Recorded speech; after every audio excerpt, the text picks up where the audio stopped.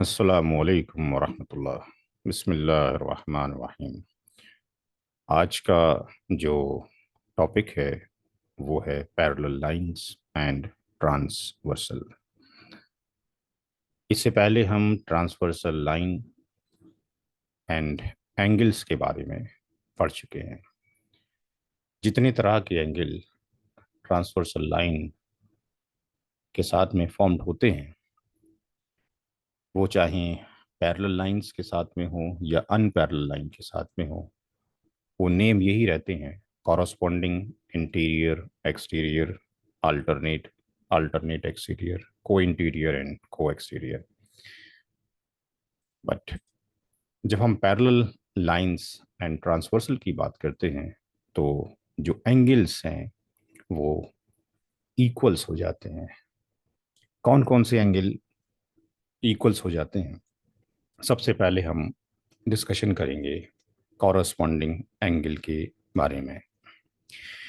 तो हमें ये मालूम है कि जो कॉरस्पॉन्डिंग एंगल्स होते हैं वो एंगल्स सेम पोजीशन पर होते हैं और विद दी ट्रांसवर्सल होते हैं। तो यहाँ पर जो ट्रांसवर्सल लाइन है, that is the our transversal line. इस ट्रांसवर्सल लाइन से लगे हुए एंगल होंगे, अटैच एंगल होंगे और सेम पोजीशन पर होंगे।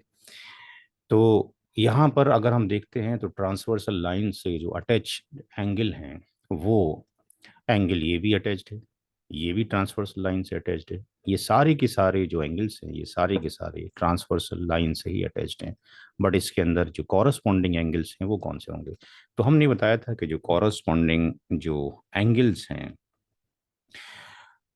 वो लाइन एल और लाइन एम, इन लाइंस के ऊपर भी फॉर्म्ड होंगे और इन लाइंस के नीचे भी फॉर्म्ड होंगे। लेकिन इक्वल्स कौन कौन से एंगल्स होंगे? The main thing is that equals angle कौन कौन से होंगे। तो हमें मालूम है कि जो ये वन है ये कॉरस्पॉन्डिंग एंगल है, ये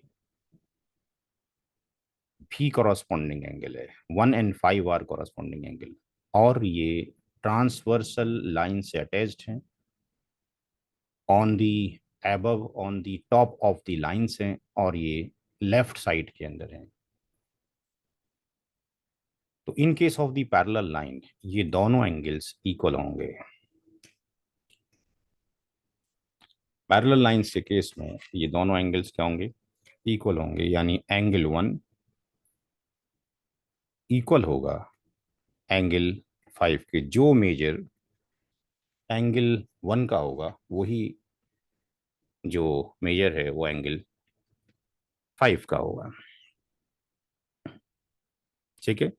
तो यहाँ पर जो एंगल 1 है that will be the 100% equal to the angle 5 in case of the parallel line.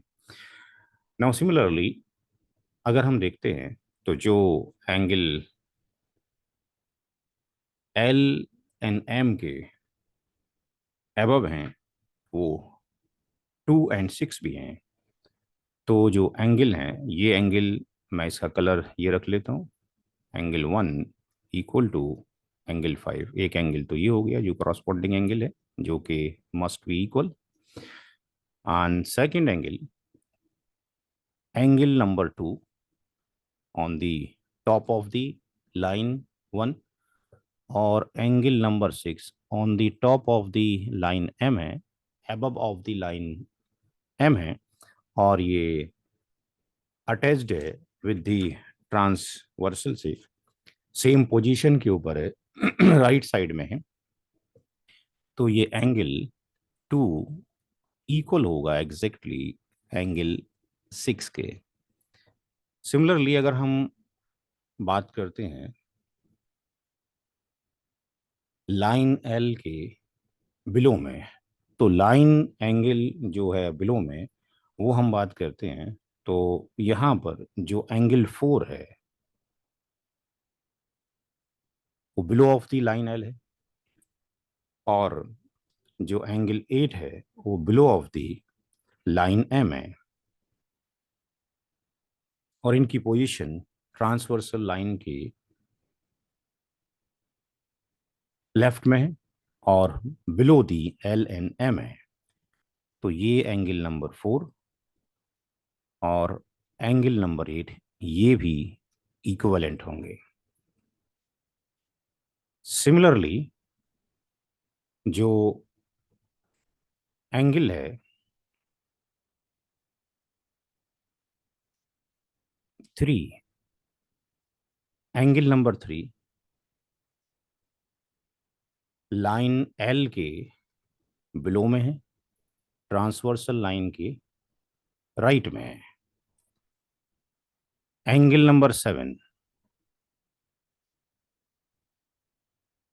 Line M के बिलो में है, नीचे है, और ट्रांसवर्सल लाइन के राइट में है। तो 3 और 7 की जो पोजीशन है ट्रांसवर्सल लाइन से, उसे में एंगल 3 बराबर होगा एंगल 7 के।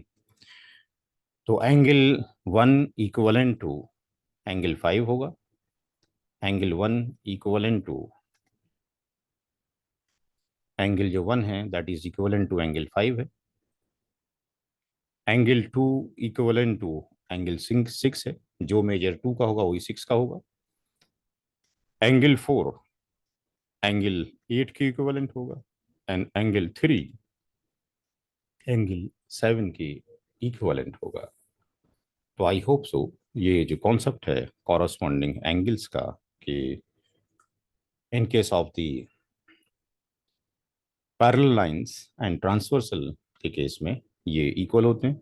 इंशाल्लाह जब इसके कैलकुलेशन करेंगे तो ये अंडरस्टैंड हो जाएगा। ये अभी हमें याद रखना ज़रूरी है कि कौन कौन से एंगल किसके इक्विवेलेंट होते हैं जब पैरेलल लाइंस जो है ट्रांसवर्सल लाइन के साथ में एग्जिस्ट करती हो। अस्सलाम वालेकुम वरहमतुल्लाहि वबरकातुहू।